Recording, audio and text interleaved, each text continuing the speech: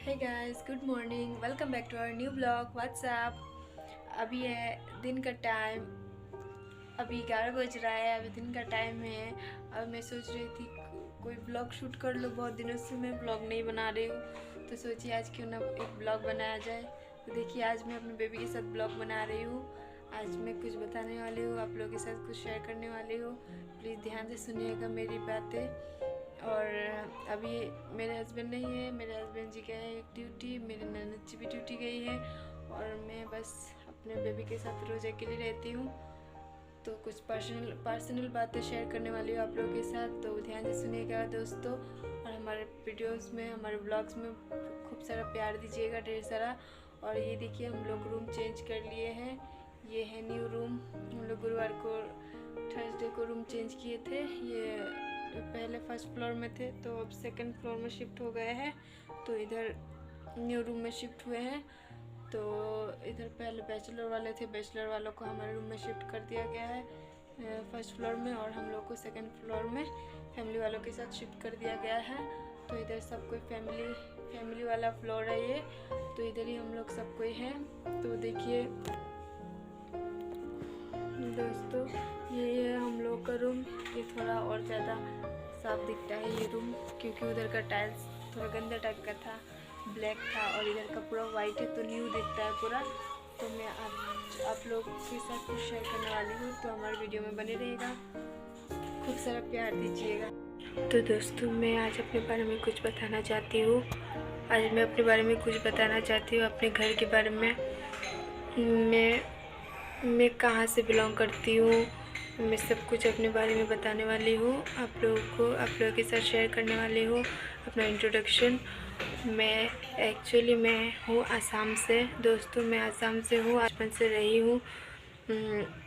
आसाम में ही मैं बचपन से रही हूँ, और मेरे हस्बैंड यूपी में रहे हैं बचपन से, और इधर महाराष्ट्र में कमाते हैं, और यूपी के हैं वो रहने वाले। मैं आसाम की रहने वाली हूँ, पर मेरे पूर्वज भी यूपी में ही रहते हैं। पर मेरे पापा 30 साल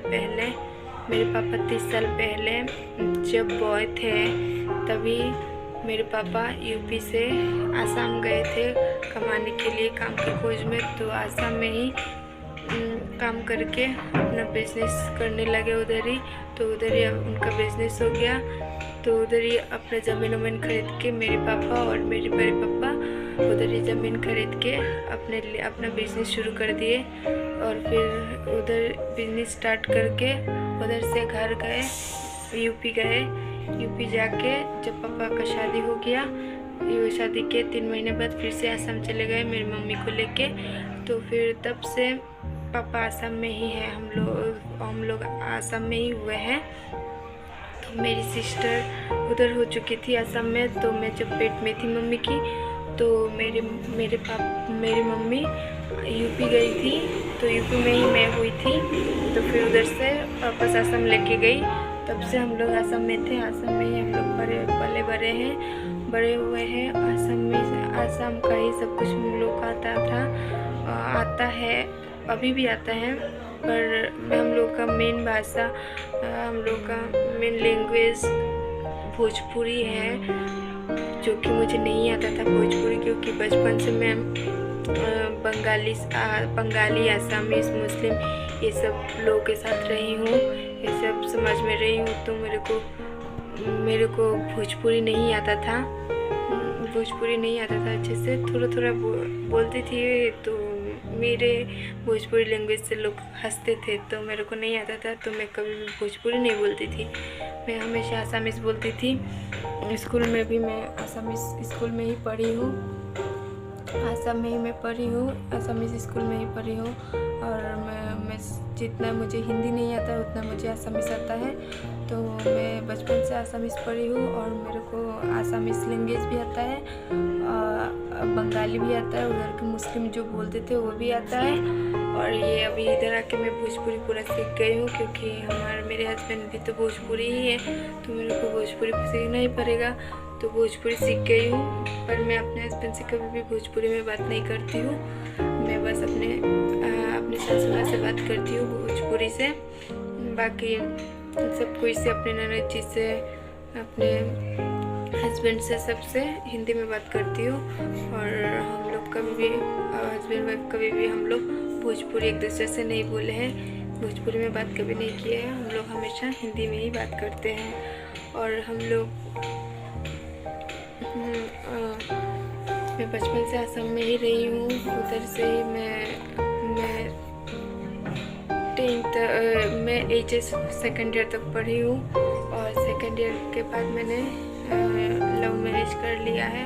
तो इनसे मैं लव करती थी, बात हुआ था ऑनलाइन द्वारा लव हुआ था। तो हम लोग जब जाने कि हम लोग यूपी के ही हैं, हम लोग रियल हम लोग का खानदान यूपी में ही है, तो हम लोग यूपी में ही जाके मिले थे। यूपी जब और हम लोग यूपी में 5 साल बाद जाते थे, क्योंकि उधर ही हम लोग का पढ़ाई वढ़ाई सब कुछ हम लोग का उधर ही हो गया है।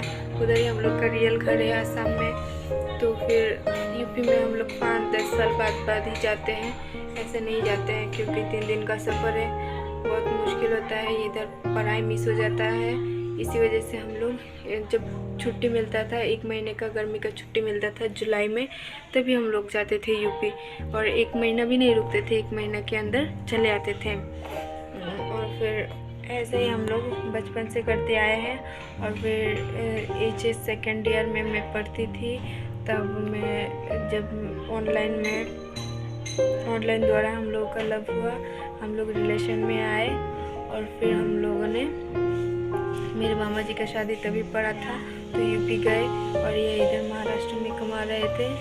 तो इधर से वो यूपी जाके मेरे से मिले। तो मैं फर्स्ट बार उनको सामने से देखी, उन्होंने भी मेरे को सामने से देखा। और दोस्तों, हम अपना लव स्टोरी भी बताएंगे, पर मैं अकेली नहीं बताऊंगी। मेरे हस्बैंड जब होंगे, जिस दिन उनका छुट्टी रहेगा, तभी हम लोग लव स्टोरी वाला ब्लॉग शूट करेंगे, तभी हम दोनों अपना लव स्टोरी बताएंगे एक साथ।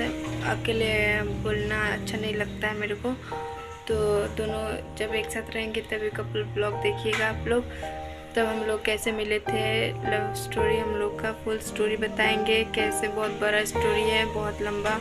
और हमारे लव स्टोरी में बहुत कुछ झगड़ा, बहुत लफड़ा भी हुआ था, तो सब कुछ बताएंगे। वो जब रहेंगे तभी हम लोग ब्लॉग बनाएंगे, तब आप लोग देखिएगा, हम लोग का ब्लॉग का इंतज़ार कीजिएगा। और प्लीज़ हमारे ब्लॉग में खूब सारा प्यार दीजिएगा। ये देखिए हमारा बेबी, हमारे छोटे बेबी के लिए थोड़ा प्यार दीजिएगा प्लीज़ दोस्तों।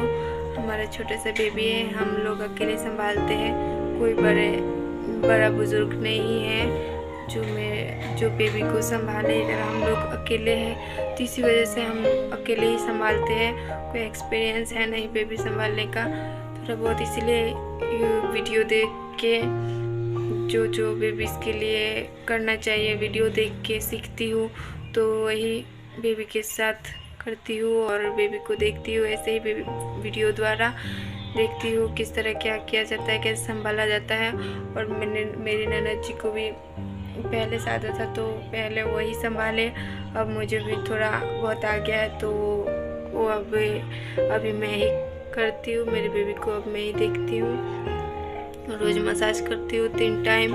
और फिर बेबी का पोटी वोटी करता है, वो सब धोना पड़ता है, घर का सारा काम करना पड़ता है। मैं अकेले बेबी को लेके सारा काम करती हूँ, और पूरा दिन कैसे निकल जाता है मुझे खुद नहीं पता चलता है बेबी में ही।